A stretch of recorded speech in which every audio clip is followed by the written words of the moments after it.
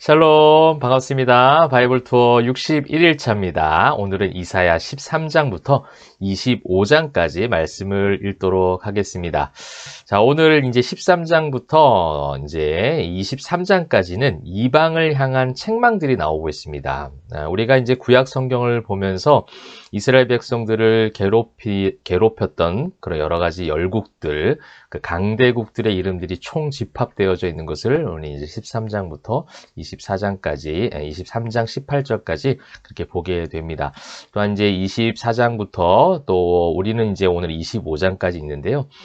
그런 어떤 세상의 많은 강대국, 열국들, 절대로 무너지지 않을 것 같았던 세상의 권세들이 책망을 받고 무너진 이후에 24장부터는 미래에 대한 심판과 그 하나님 나라, 그 하나님의 통치하심이 회복된 왕국에 대한 이야기들이 나오고 있죠.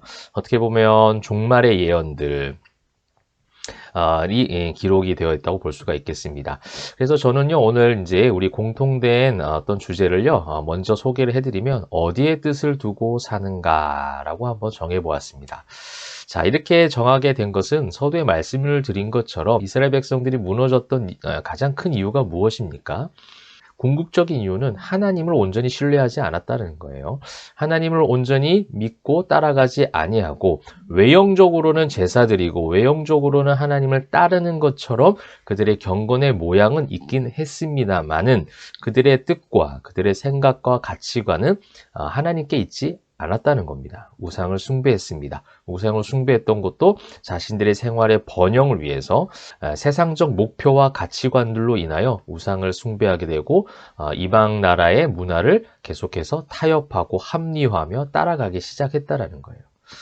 여러분 이제 13장부터 23장까지의 나라들을 한번 보시게 되면 바벨론, 아수르, 블레셋, 모압, 또 다메섹과 또 그들과 동맹했던 북이스라엘 사마리아, 또 구스, 애굽, 에돔, 또 아라비아, 또 심지어는 예루살렘까지, 또 두로, 여러 가지 우리가 보는 이방 나라들의 이름들이 굉장히 많이 등장하죠. 낯선 이름들도 있으실 수 있겠지만 거의 좀 낯익은 이름들이 많이 나옵니다. 이스라엘 백성들의 올무가 되고 또 가시가 되고 채찍이 되어졌던 우리 여호수아 말씀을 읽을 때 봤던 것처럼 그들을 해림시키지 않은 결과로 인하여 그들과 함께 먹고 마시고 타협하고 합리화하다 보니 말씀의 절대적 기준을 따라가기보다는 하나님의 말씀을 신뢰하기보다는 결국은 무엇을 따라가게 된 겁니까? 세상 문화를 따라가게 됐다는 거예요. 그것을 우리는 세속화라고 부르기도 합니다. 나 개인의 세속화도 있고요. 때로는 우리 교회의 세속화도 있습니다. 우리가 종교개혁의 어떤 역사들을 한번 기억해 보시지 않습니까? 가톨릭 교회의 그 세속화, 말씀의 기준이 없었죠. 말씀의 기준이 사람들이었습니다. 사제들이었습니다. 사람이 말씀의 기준이 되어져서 사람이 말씀을 바꿀 수 있을 만큼 타락한 그들의 교회들의 모습들, 그 속에서 종교개혁이 일어났는데 그 종교개혁이 일어나면서 가장 첫 번째 가장 큰 변화는 무엇이었냐면 많은 사람들이 말씀을 보게 되었다는 거예요. 여러분 이 시대도 마찬가지입니다. 저는 이 시대도 우리의 영적 종교개혁이 일어나야 된다고 생각하는 목회자 중에 한 사람입니다. 수많은 인간적인 생각과 인간적인 또 지식과 논리와 많은 계획들이 있을 수 있겠지만 그 모든 것들을 다 접어놓고 지금 이렇게 우리가 100일 동안 바이블 투어를 하게 된 계기도 그 목적도 마찬가지예요. 우리의 뜻을 하나님께로 온전하게 두고 회복할 수 있는 유일한 길은 무엇이냐면 말씀이 기준이 되는 거예요. 목회자도 마찬가지고 평신도도 그렇고요. 모두가 다 똑같은 동일한 처방이 무엇이냐? 말씀으로 그 뜻을 다시금 그 시선을 하나님께로 옮기는 것이죠. 근데 그들의 시선은 바벨론을 향해 있었고요.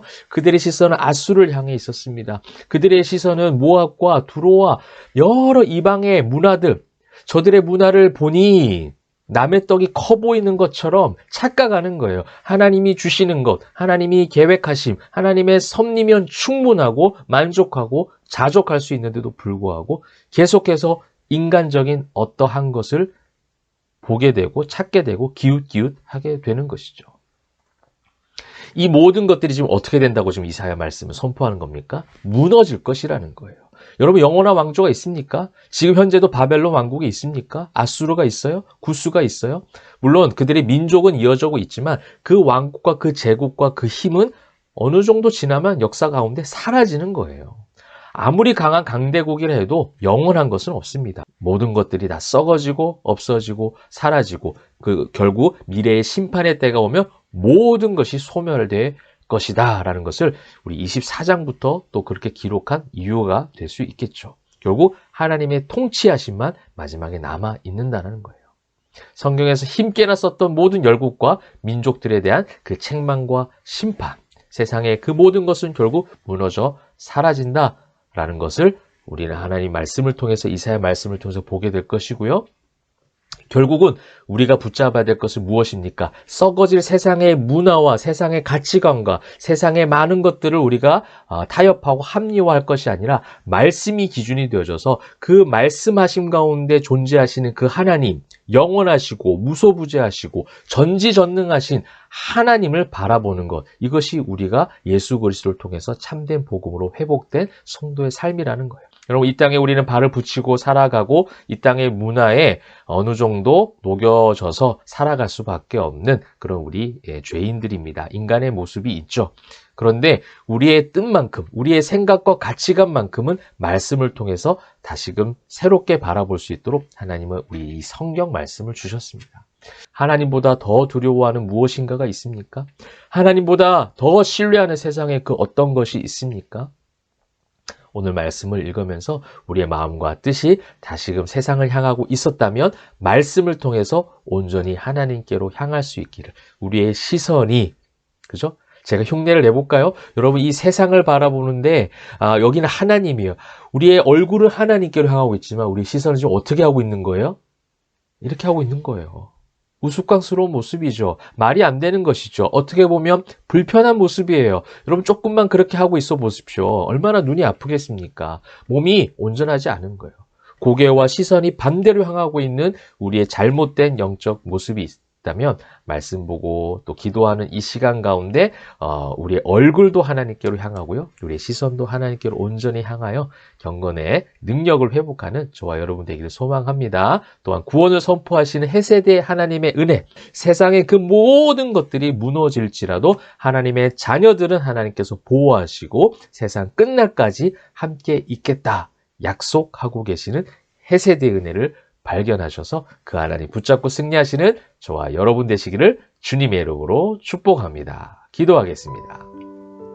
사랑과 은혜가 풍성하신 하나님 감사합니다. 하나님, 우리의 뜻이, 우리의 마음과 우리의 시선과 우리의 생각이 어디에 있는지를 말씀을 보고 점검할 수 있는 시간 되게 하여 주옵소서. 수많은 열국들, 이방 나라들의 멸망과 심판을 하나님의 말씀을 통하여 보게 됩니다. 우리가 살아가는 세상에 무너지지 않을 것 같은 모든 것들 결국은 다 소멸되어지고 없어지고 또 썩어지는 것을 다시 한번 생각할 때에 우리가 세상 가운데, 이 땅 가운데 발을 붙이고 살아가지만 우리의 머리와 시선이, 우리의 마음과 뜻과 생각이 어디로 향하고 있는지를 정직하게 바라볼 수 있는 말씀 읽는 시간 되게 하여 주옵소서. 온전히 하나님을 신뢰하고 하나님을 믿고 따라가는 인생이 되을 때에 모든 것을 더해주시는 하나님의 은혜를 경험하는 귀한 우리 모든 성도님들 다 되게 하여 주시옵소서. 감사드리며 살아계신 예수 그리스도의 이름으로 기도합니다. 아멘.